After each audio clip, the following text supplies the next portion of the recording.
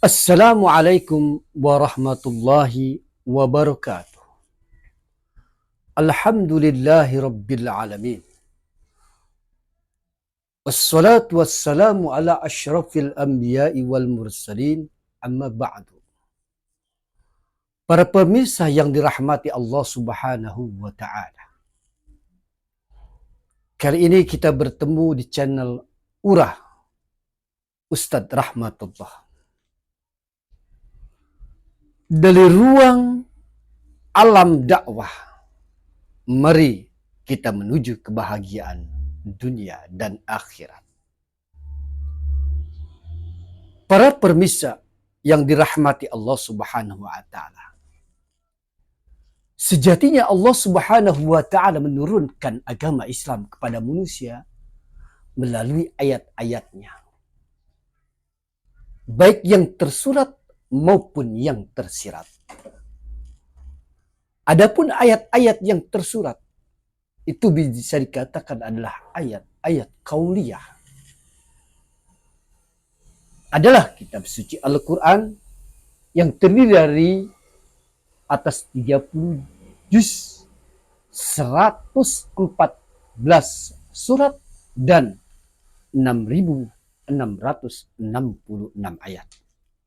Sementara ayat yang tersirat disebutkan sebagai ayat kauniyah, berupa hamparan alam semesta yang tak terkira.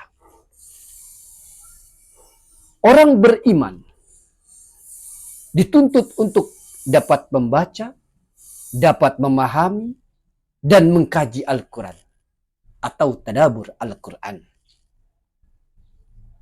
Dan alam jagat raya dengan segala isinya disebut tadabur alam. Ujung dari perenungan tersebut adalah pengakuan yang tulus. Ya Tuhan kami, tidaklah Engkau menciptakan ini sia-sia. Maha suci Engkau, lindungilah kami dari azab neraka. Quran surat ketiga ayat 191. Para pemirsa yang dirahmati Allah Subhanahu wa ta'ala. Profesor Dr. Buya Hamka dalam tafsir Al-Azhar mengurai dengan kalimat yang indah. Renungkanlah alam, langit dan bumi, langit yang melindungimu, dan bumi yang menghampar tempat kamu hidup.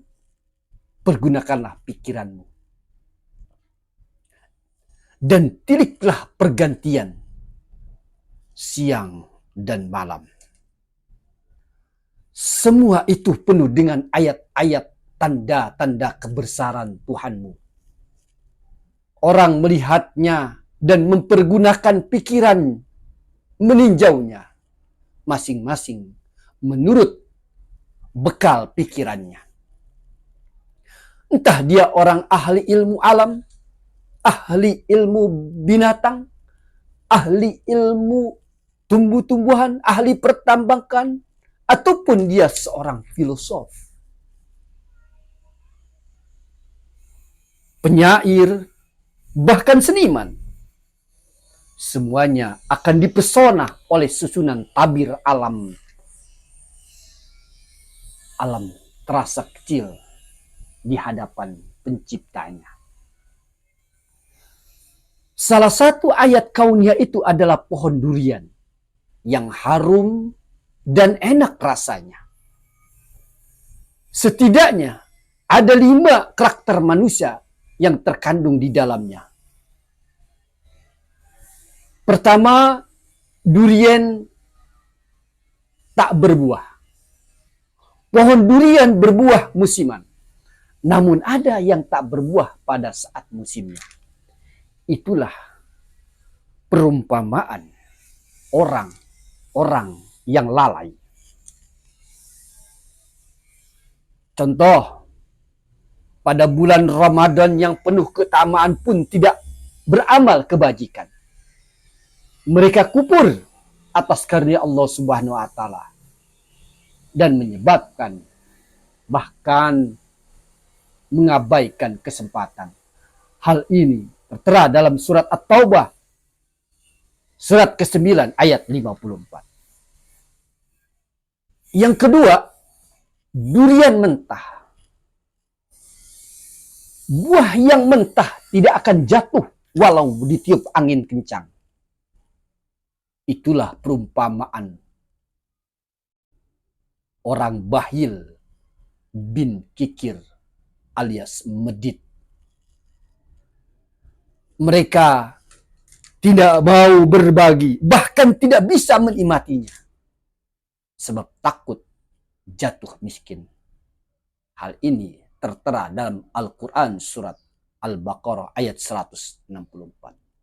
Bahkan dalam hadis Rasulullah Sallallahu Alaihi Wasallam, yang mulia baginda Nabi Muhammad Sallallahu Alaihi Wasallam bersabda, Al-Bakhil ba'idun minallah wa ba'idun minal jannah wa qaribun minan nar. Orang yang bakhil, orang yang pelit, jauh dari Allah Subhanahu wa taala, jauh dari surga, bahkan dekat ke neraka. Para permisa yang dirahmati Allah Subhanahu wa taala. Ketiga, durian busuk. Buah yang jatuh sebelum waktunya pertanda busuk. Ia bisa menimpa siapa saja. Bahkan buah tersebut tidak layak untuk dihidangkan. Mereka menolak atau berkata buruk ketika diajak berbuat baik.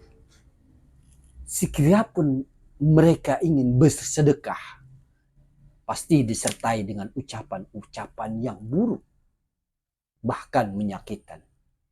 Hal ini tertera dalam Al-Baqarah ayat 263. Yang keempat, durian matang. Buah yang sudah matang akan jatuh walau hanya ditiup angin sepoi. Itulah perumpamaan orang-orang yang dermawan. Ia senang menyahut gerakan kebaikan dalam keadaan apapun. Sebagaimana di dalam Al-Quran Al-Baqarah ayat 274. Dalam hadis Rasulullah SAW disabdakan, As-sahih qaribun minallah wa qaribun minal jannah wa ba'idun minan nar. Orang yang dermawan itu dekat kepada Allah Subhanahu wa taala, dekat kepada surga, dan jauh dari api neraka. Para pemirsa yang dirahmati Allah Subhanahu wa taala. Yang kelima, durian runtuh. Dahan yang tak mampu menahan beratnya buah akan runtuh secara tiba-tiba. Itulah perumpamaan orang-orang yang boros karena meraih sesuatu yang diinginkan. Pelaku boros itu tercela sebab akan menimbulkan penyesalan di kemudian hari. Para permisa yang dimuliakan oleh Allah Subhanahu wa taala. Ini saja sekelumit berbagi rasa, mengajak untuk menuju kebahagiaan dunia dan akhirat. Kurang lebih mohon maaf. Wallahul muwafiq ila aqwamit thoriq. Wassalamualaikum warahmatullahi wabarakatuh.